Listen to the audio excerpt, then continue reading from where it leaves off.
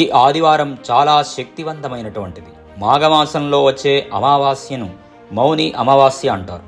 హిందూ ధర్మంలో ఈ రోజుకు గొప్ప ప్రాధాన్యత ఉంది. స్నానం, దానం, అలాగే పితృదేవతలకు తర్పణం అర్పించడానికి ఇది అత్యంత పవిత్రమైన తిథిగా పరిగణిస్తారు. మౌని అమావాస్య నాడు బ్రహ్మ ముహూర్తంలో స్నానం చేయడం వల్ల శుభ ఫలితాలు, పాప విముక్తి లభిస్తాయని నమ్మకం. ఇది వ్యక్తి జీవితంలో సుఖం, సమృద్ధిని ప్రసాదిస్తుందని ప్రతీతి. శాస్త్రాల్లో మౌని అమావాస్యకు కొన్ని నియమాలు ఉన్నాయి. వాటిని తప్పక పాటించాలి.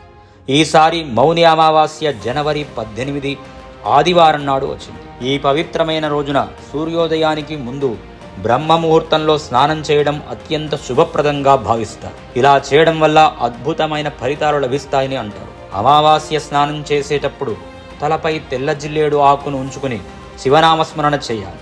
ఈ రోజున బ్రాహ్మణులకు భోజనం పెట్టడం చాలా ముఖ్యం. అది సాధ్యం కాకపోతే అన్నపానీయాలు తీసుకోకుండా పేదలకు మినప్పప్పు, బియ్యం దానం చేయాలి.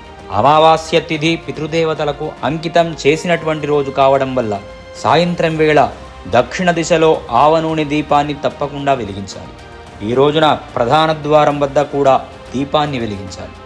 మౌని అమావాస్య రోజున ఆవులు, కుక్కలు, కాకులకు ఆహారం, నీరు అందించాలని నమ్మకం. దీనివల్ల పితృదేవతల ఆశీర్వాదాలు లభించి జీవితంలో సుఖ సమృద్ధులు వెల్లివిరుస్తాయి. అమావాస్య తిథి నాడు రావి చెట్టుకు తప్పకుండా నీటిని సమర్పించాలి. సాయంత్రం వేళ రావి చెట్టు కింద ఒక దీపాన్ని వెలిగించాలి. మౌని అమావాస్య రోజున సత్యనారాయణ వ్రతం చేయించడం కూడా చాలా శుభప్రదంగా భావిస్తారు. ఈ పుణ్యతిథి నాడు ప్రయాగ్రాజు హరిద్వారులో స్నానం చేయడానికి గొప్ప ప్రాముఖ్యత ఉంది. ఈ రోజున స్నానం చేయడం ద్వారా మోక్షం లభించి అశ్వమేధ యాగానికి సమానమైన పుణ్యం వస్తుందని ప్రతీతి. అమావాస్య నాడు పితృదేవతలకు తర్పణం, పిండ ప్రదానం, దాన ధర్మాలు తప్పకుండా చేయాలి. ఇలా చేయడం వల్ల పితృదేవతలకు శాంతి లభిస్తుంది.